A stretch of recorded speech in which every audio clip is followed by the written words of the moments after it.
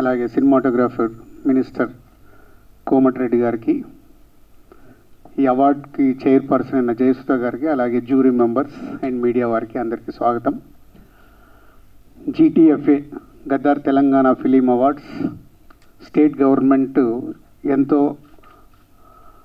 ఆర్భాటంగా ఈ ఈవెంట్స్ చేయాలని ఈరోజు సంకల్పం ఉండే, పోతే ఇందాక ఎండి గారు చెప్పినట్టు ఆ ఇన్సిడెంట్ వల్ల ముందుగా సింపుల్గానే చేస్తూ ఈ రోజు నుంచి జ్యూరీ వారు సినిమాలు చూసి వాళ్ళు మే ఎండ్ కల్లా జ్యూరీ నుంచి ఏదైతే 2024 తెలుగు సినిమాల్ని ఫైనల్ చేసి GTFAకు ఇస్తే ఫైనల్గా జూన్ 14th రోజు ఈ గద్దార్ తెలంగాణ ఫిలిం అవార్డ్స్ని పెద్ద ఎత్తున చేయడానికి ప్లాన్ చేశాం.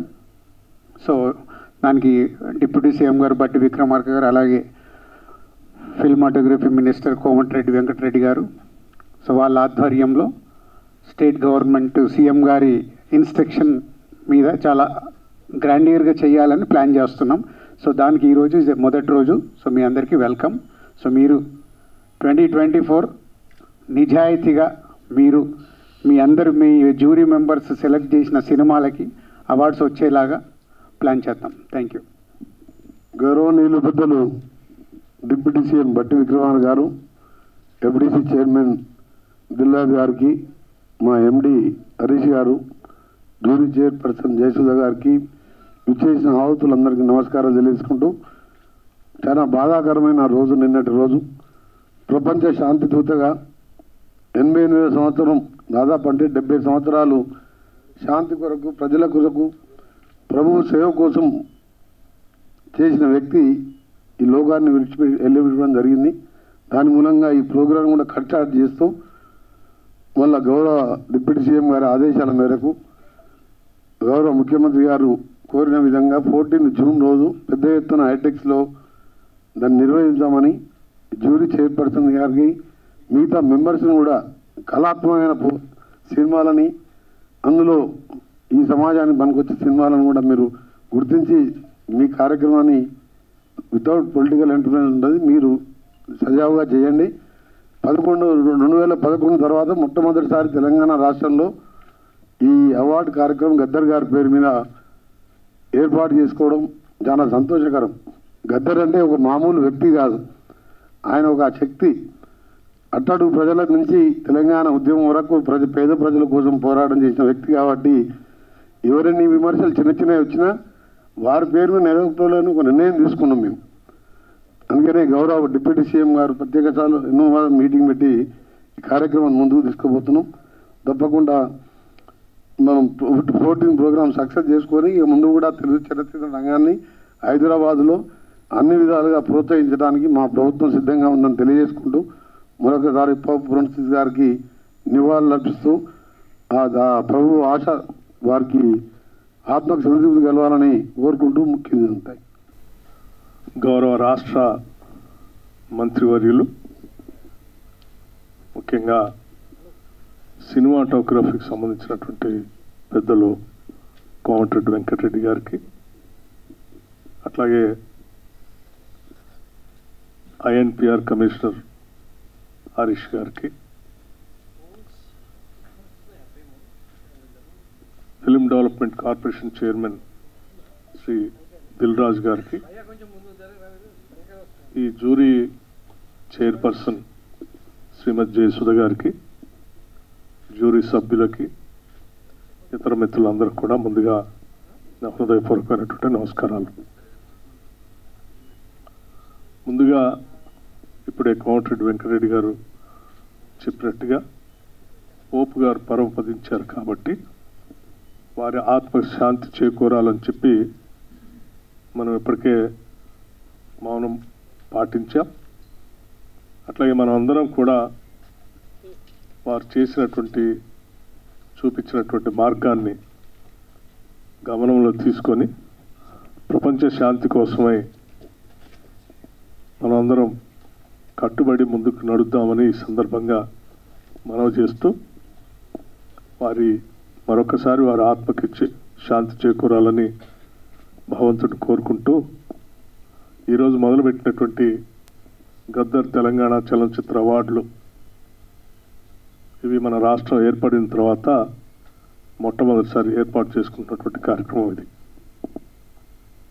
ఉమ్మడి రాష్ట్రంలో 2011లో ఆగిపోయినటువంటి అవార్డులు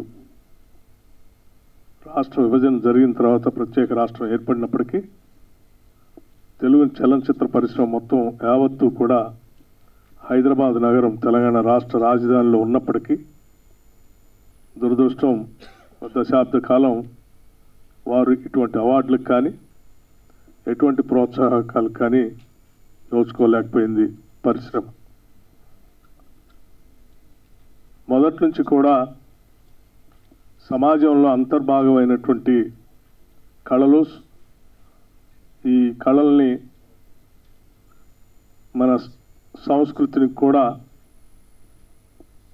మీడియా ద్వారా, ముఖ్యంగా సినిమా ద్వారా ఖండాంతరాలకు వ్యాప్తి చేసినటువంటి తెలుగు సినీ పరిశ్రమని అనాదిగా ఆనాటి కాంగ్రెస్ ప్రభుత్వాలు ప్రోత్సహిస్తూ వచ్చాయి. ఎక్కడో దూరంగా ఉన్నటువంటి తెలుగు సినిమా పరిశ్రమని హైదరాబాద్ నగరాన్ని తీసుకొచ్చినటువంటి ఆనాటి కాంగ్రెస్ ముఖ్యమంత్రులు తప్పనిసరిగా మనం అందరం గుర్తు చేసుకోవాల్సినటువంటి అవసరం ఉంది. వారి హయాంలోనే ఇక్కడ పరిశ్రమను తీసుకొని రావడం కోసం వారు చేసినటువంటి ప్రయత్నం, ఇక్కడ పరిశ్రమ స్థిరపడటానికి కావాల్సినటువంటి సినిమా స్టూడియోలు, ఫిలిం నగర్ ఏర్పాటు కానీ, ఇతరత్ర కార్మికుల కోసం ఏర్పాటు చేసినటువంటి కార్యకలాపాలు కానీ, హౌసింగ్ సంబంధించినటువంటి కార్యక్రమం కానీ, ఇవన్నీ కూడా ఆనాటి కాంగ్రెస్ ప్రభుత్వాలు ఈ పరిశ్రమని ముందు తీసుకొని పోవడం కోసం శాయశక్తులా ప్రయత్నం చేశారు. ఇప్పుడు కూడా ఈ మీడియా అత్యంత బలమైంది. సమాజానికి ఉపయోగపడేటట్టుగా కథలు కథనాలతో సినిమాలు తీస్తూ సమాజ అభివృద్ధి కోసం, సమాజంలో ఉన్నటువంటి పరిస్థితుల్ని ఆకలింపు చేసుకొని విలువలను ప్రోత్సహించడం కోసం చాలా బలంగా ముద్ర వేసేటువంటి ఈ మీడియాని మనం ఎప్పుడు కూడా కాపాడుకుంటూ ముందుకు పోవాల్సినటువంటి అవసరం, బాధ్యత పాలకులపైన ఉంది. నిత్యం సమాజ పరివర్తన కోసం, తద్వారా ప్రజల జీవన స్థితిగతులు మెరుగుపడటం కోసం, విలువలతో కూడినటువంటి సమాజ నిర్మాణం కోసం బలంగా ఉపయోగపడేటువంటి ఈ తెలుగు సినీ పరిశ్రమని బాధ్యత కలిగినటువంటి ప్రభుత్వాలు ప్రోత్సహిస్తూ వాటి ద్వారా ప్రజల సందేశాన్ని ఇప్పించాల్సినటువంటి అవసరం కూడా ఉందని ఈ ప్రభుత్వం భావిస్తూ ఉంది. అందుకే ముఖ్యమంత్రి శ్రీ రేవంత్ రెడ్డి గారు, కాంగ్రెస్ ప్రభుత్వం వారి నాయకత్వంలో ఒక నిర్ణయం చేసి దశాబ్ద కాలం పైబడి తెలుగు సినిమా పరిశ్రమని పూర్తిగా నిర్లక్ష్యం చేయటం ఇది మంచి సాంప్రదాయం కాదు, ఇది మంచిది కాదని చెప్పి ఆలోచన చేసి తప్పనిసరిగా మనం ఈ తెలుగు సినిమా పరిశ్రమను ప్రోత్సహించాల్సిన అవసరం ఉందని చెప్పి ఒక నిర్ణయం తీసుకొని మళ్ళీ తిరిగి తెలుగు చలనచిత్రాలకు సంబంధించినంత వరకు, తెలుగు చలనచిత్రాలే కాదు ఈ ప్రాంతానికి సంబంధించిన ఉర్దూ మీడియంకు సంబంధించినటువంటి చిత్రాలను కూడా ప్రోత్సహించాలనేటువంటి ఆలోచనతో గద్దర్ తెలంగాణ చలనచిత్ర అవార్డులు 2024ని మొట్టమొదటిసారిగా ఈ రాష్ట్రంలో ప్రవేశపెట్టాం. దీనికి చాలా కారణాలు కూడా ఉన్నాయి.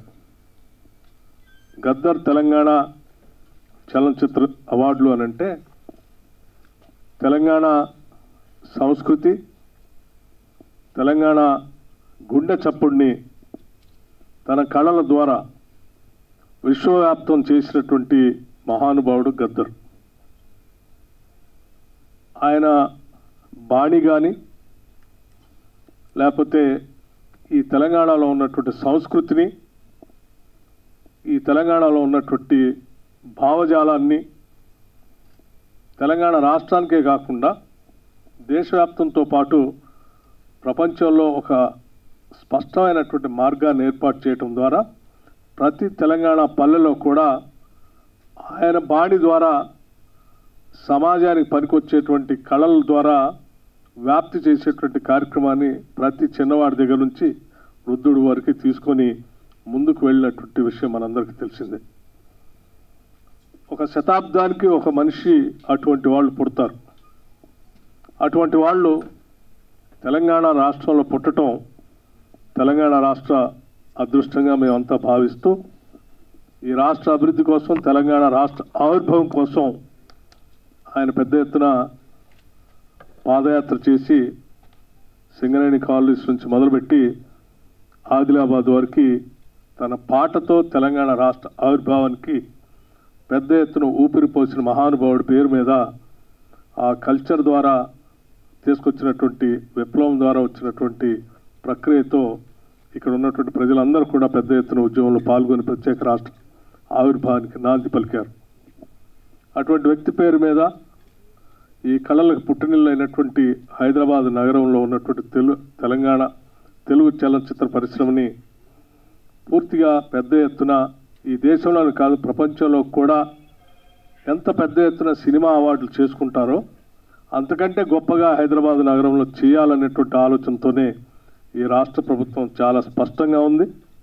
నేను మా మంత్రి గారు కోమటిరెడ్డి వెంకటరెడ్డి గారు కానీ, లేకపోతే మా ఇతర మంత్రివర్గ సహచరులు కానీ, ముఖ్యమంత్రి గారు కానీ, లేకపోతే ఫిలిం డెవలప్మెంట్ చైర్మన్ గారు కానీ అందరూ కలిసి కూర్చొని ఒకటే నిర్ణయం చేశారు.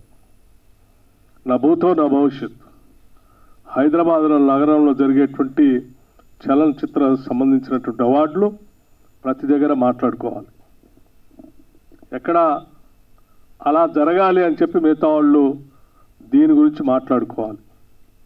ఆ స్థాయిలోనే ఈ ఫంక్షన్ కూడా ఉండాలని, దానికి కావాల్సినటువంటి అన్ని సహాయ సహకారాలు రాష్ట్ర ప్రభుత్వం ద్వారా అందిస్తామని వారు చాలా స్పష్టంగా ప్రభుత్వం తరఫున ఇప్పటికే చెప్పడం జరిగింది.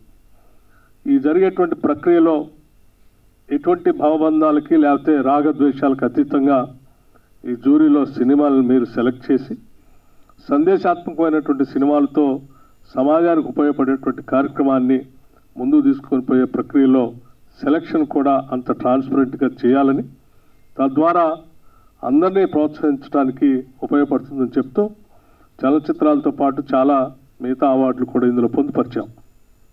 వ్యక్తులుగా చలనచిత్ర పరిశ్రమకి గొప్ప పేరు తీసుకొచ్చినటువంటి మహానుభావులందరినీ కూడా వాళ్ళ పేరు మీద కూడా ప్రత్యేక అవార్డులు ఇందులో పొందుపరిచి వారి పేరు మీద కూడా అవార్డులు ఇచ్చే కార్యక్రమాన్ని చేపడతా ఉన్నారు.